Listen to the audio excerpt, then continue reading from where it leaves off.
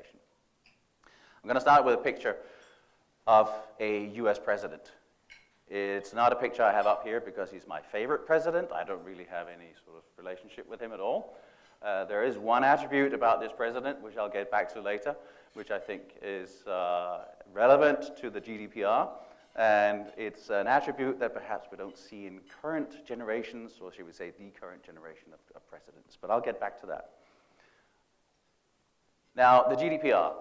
Of course, if you're in Singapore, a lot of local companies or regional companies will have this question. Most of you in this room are global organizations, so it's pretty obvious that the GDPR applies to you. But for a lot of regional and local companies, the big question for them is, well, is it relevant for me? Am I covered at all? Do I have to do anything? Why should I be bothered about the GDPR in the first place?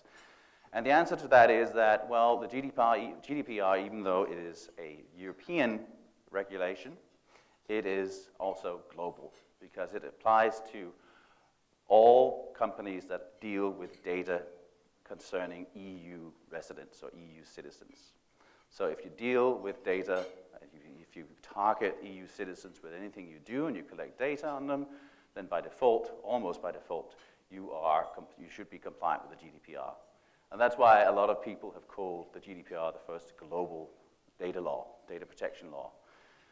And it's true it's global. It's not perhaps true that it's the first global one, because here in Singapore, back in 2012, the Personal Data Protection Act actually applies in much the same way to any company anywhere that deals with data, that has data on Singaporean residents. So it's not the first global act, the first global regulation that we've seen in the world. It's just that the EU is a little bit bigger than Singapore, so it gets a little bit more clout in the media. But yes, it is global.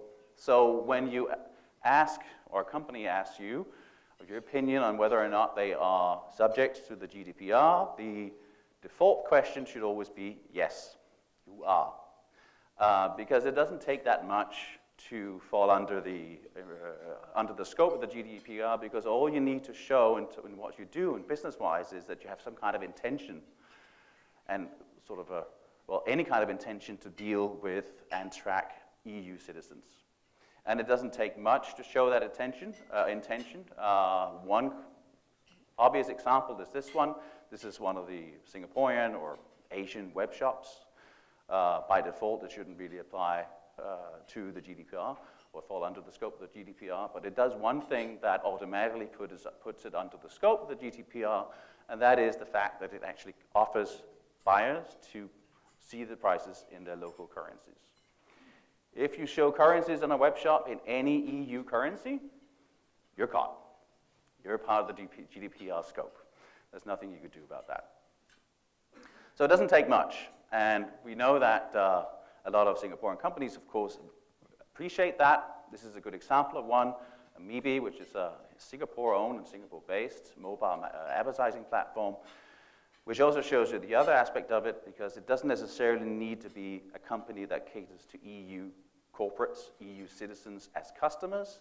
It could also be somebody who caters to or looks at EU citizens as part of their product reach.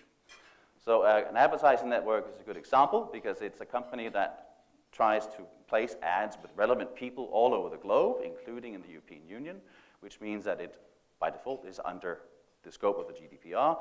And of course, they know that, which is why if you look at the Amibi's webpage, you would see that it's a very, they do a lot to comply with it. They have all the necessary systems in place to comply with the GDPR. It's reporting requirements, it's requests for information about what type of information they have on citizens, the right to be forgotten, et cetera, et cetera. It's a good example of somebody who's actually been through that process and done what they needed to do. Now, I'm not going to go through the GDPR and in all its nitty-bitty things that you need to do, because it'll take too long. It's a big regulation. There's a lot of things you have to do, a lot of things you have to be aware of. What I will draw your attention to, though, is these 7 key principles, because they all have implications for how people use technology and how they treat the data within their organization. The first one is lawfulness, together with fairness and transparency. So if you collect data on anybody in the European Union, it has to be lawful. It has to be a recognized purpose. It has to be something that you have the right to do. And we'll see a little bit on case law about that later on. But basically, what it means is if you have a legitimate business purpose in collecting data, that's okay, but you can't do anything beyond that. It goes to the number 2 and 3 as well, purpose limitation and data minimization. You're not really supposed to collect data you don't need. It's fine if you collect data you need, but just collecting data for the sake of collecting data is not a legitimate purpose, and it doesn't follow the principle of minimizing what you collect. It also goes to, and we have that later on, the idea that you need to get consent from any user for the data you collect, and the consent has to be directly tied to the purpose and the amount of data you collect. So whatever consent you get from a customer or from a citizen, it has to be directly tied to the purpose. It has to be directly tied to the type of data you collect. And you have to be transparent with that. You have to be very honest and upfront with what it is you're going to use this data for. The requirements aren't as bad as some of the future laws we're going to see around the globe. I'll get back to that later. But it is very, very clear that if you do not have consent for the type of data you collect and the type of utilization you do with this data, it's not compliant. Another one I want to draw out here is number 7, accountability, because you have to be accountable for what you collect as well. You're the one who owns the data. You're the one whose responsibility it is to be compliant and deal with this data in the right way.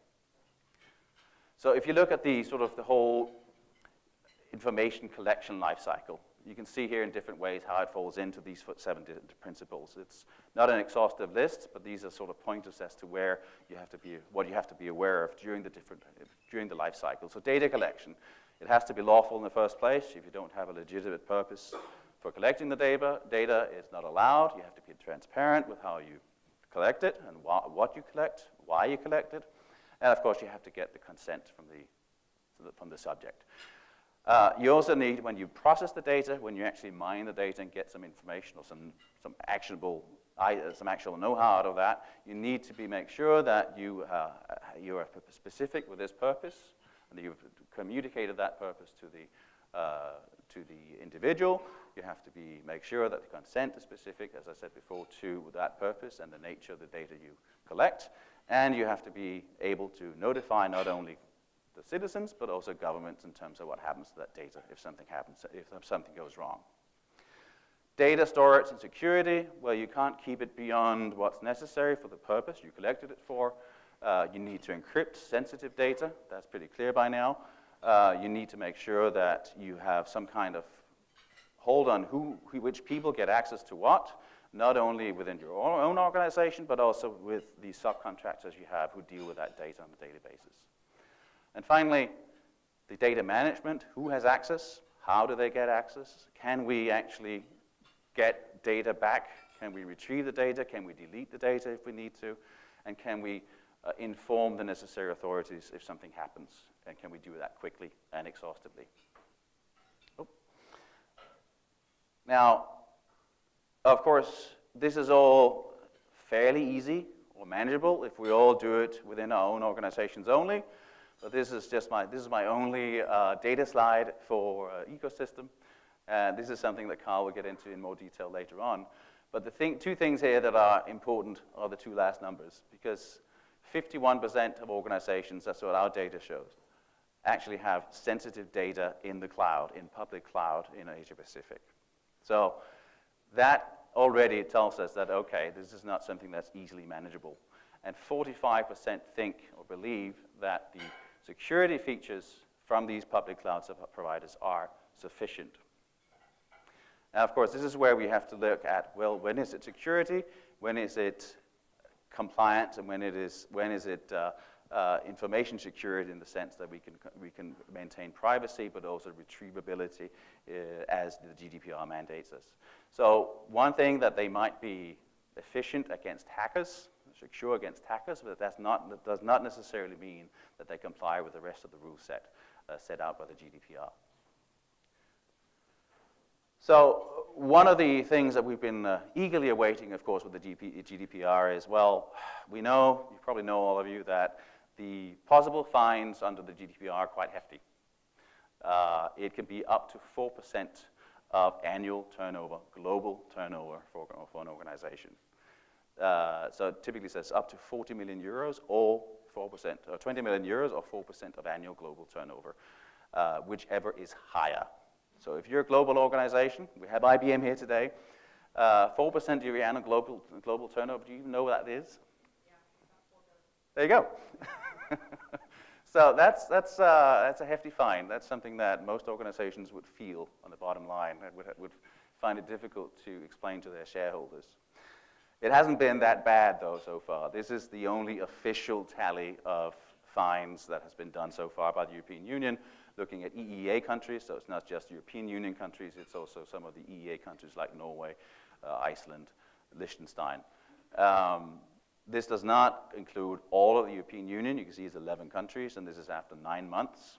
But after 9 months in the majority of these countries, the total amount of fines that were issued, these are administrative fines, was 56 million euros. So not a huge amount. It hasn't been that huge cash cow for EU governments so far. And further to that, let's go through some of the most prolific fines, because most of them have been small. But some of them, I'll just take you through a few of them very quickly. There's a 20,000 euro fine in Germany because somebody didn't have adequate security measures.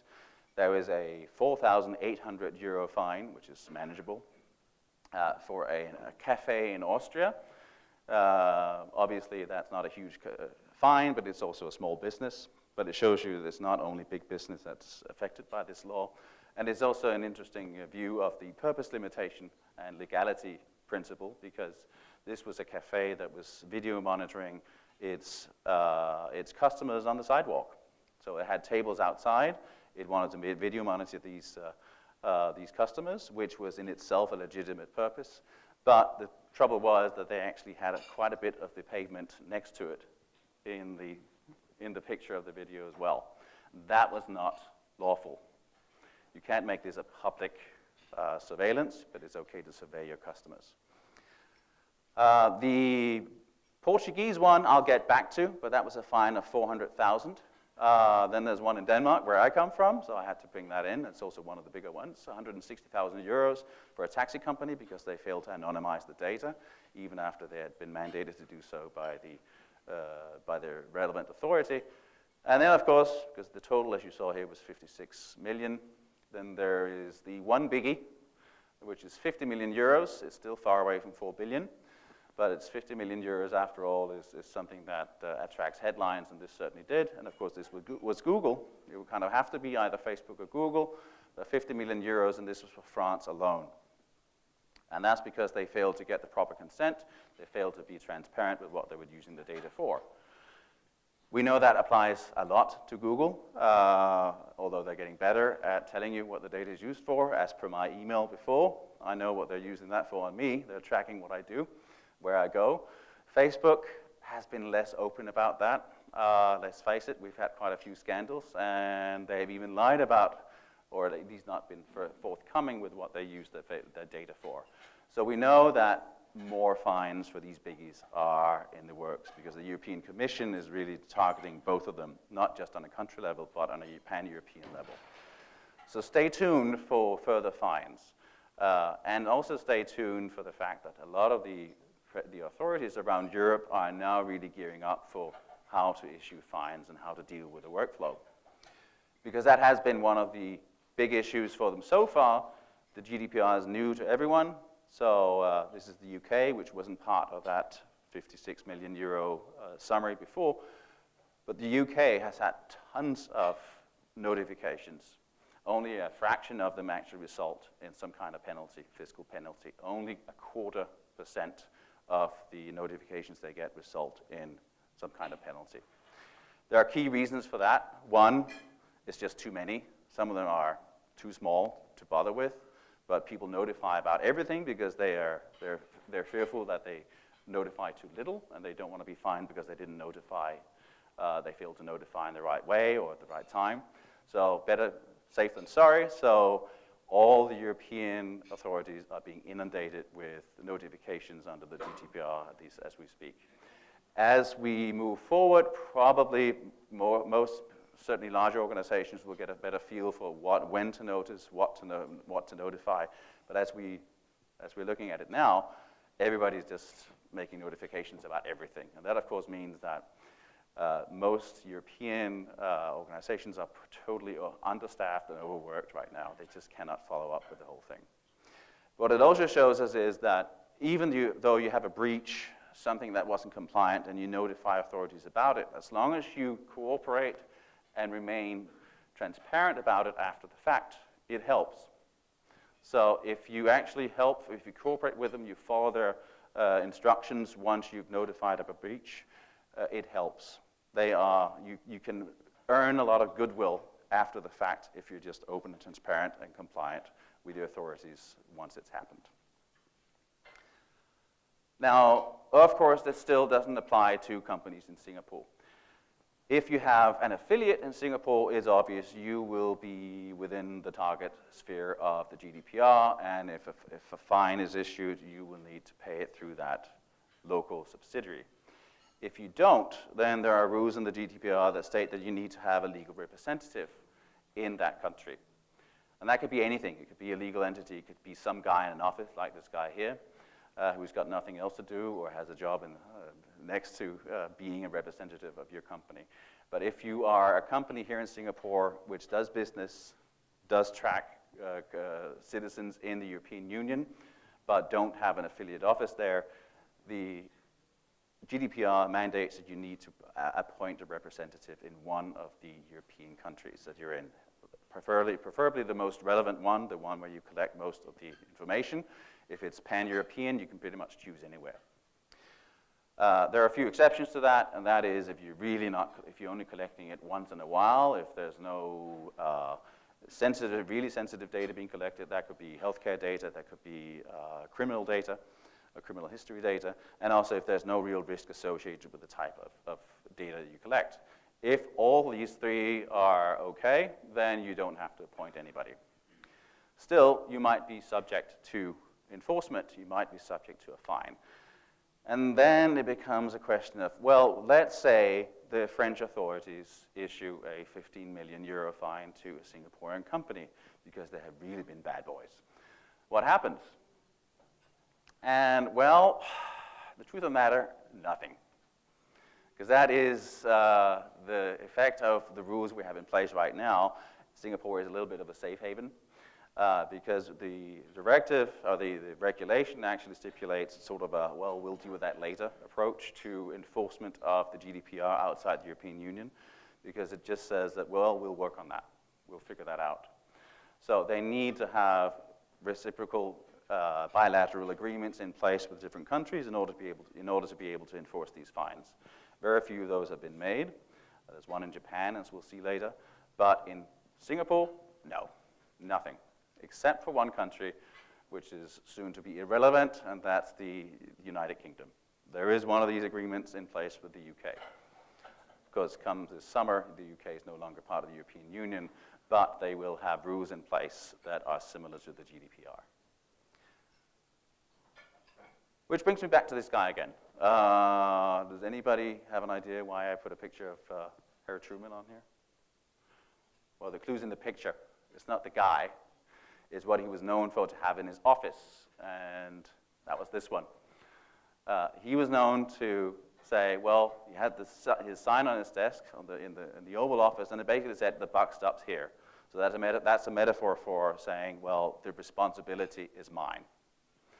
I'm ultimately responsible for all the consequences of my actions, even if they're unintended consequences of my actions. So you can't really pass the buck to somebody else. And that also applies to the GDPR, because that brings me back to that Portuguese case.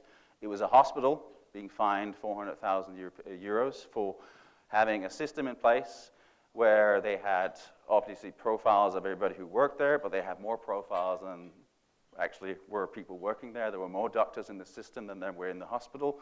Several of them had dual profiles. They also found that their passwords weren't being encrypted. All kinds of things that were not quite right. Now the hospital said, well, that may be true, but we were just using the system that the Ministry of Health had issued to us.